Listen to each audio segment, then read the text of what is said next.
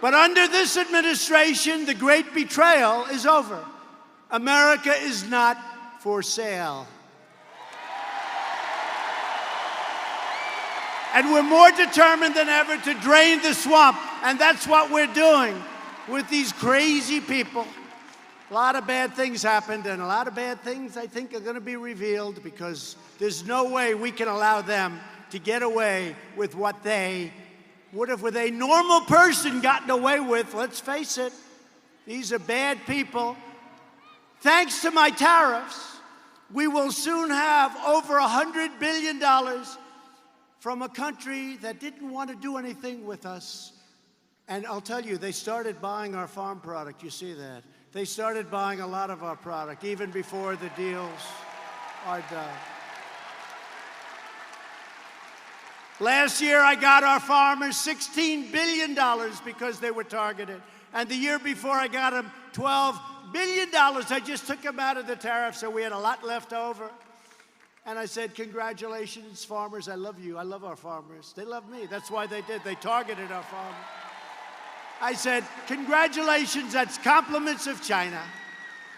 And they do. They want to make a deal so badly. Frankly, honestly, they want to make a deal a lot more than I want to make a deal. That's the way it is, because we're doing very well right now with China. We're replacing the NAFTA disaster with the U.S.-Mexico-Canada agreement, a huge win for Kentucky farmers, for Kentucky auto workers, for Kentucky manufacturers.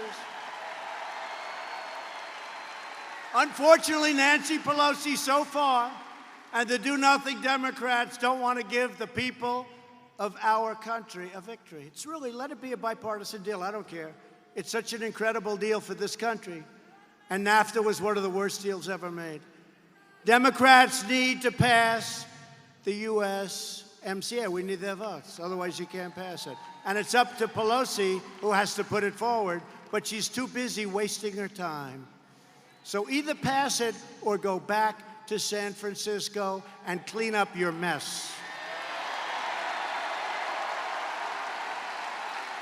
The Obama-Biden administration's Trans-Pacific Partnership would have dealt the death blow to the American auto industry. That would have been one of the great catastrophes. My first week in office, I canceled that job-killing travesty.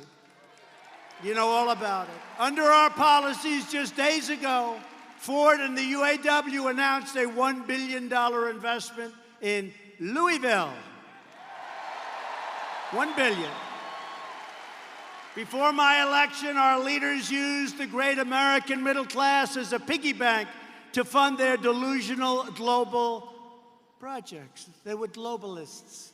I was elected to be president of the United States, not president of the globe.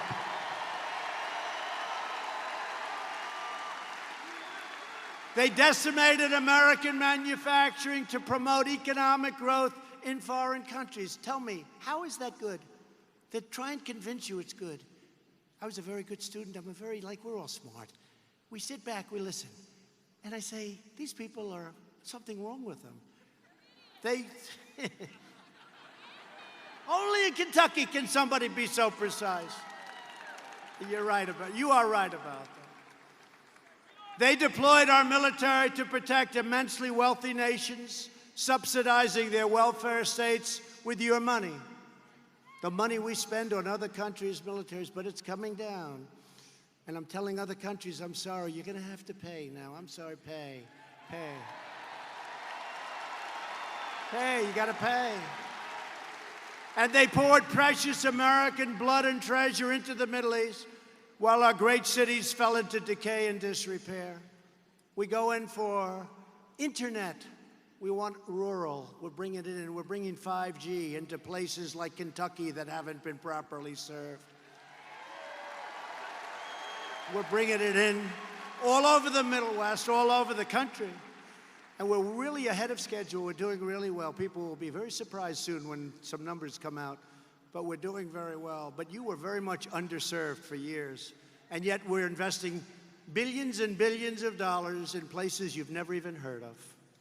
Doesn't make sense, does it? But after years of rebuilding other nations, we are finally rebuilding our nation. We are finally putting America first.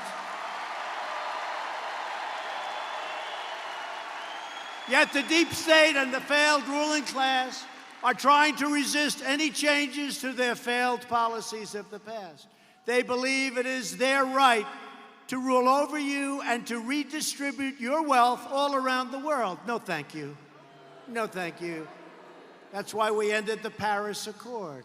That's why we've ended a lot. I don't even want to tell you. But the sellout of the American nation ended the day I took the oath of office, and you understand that.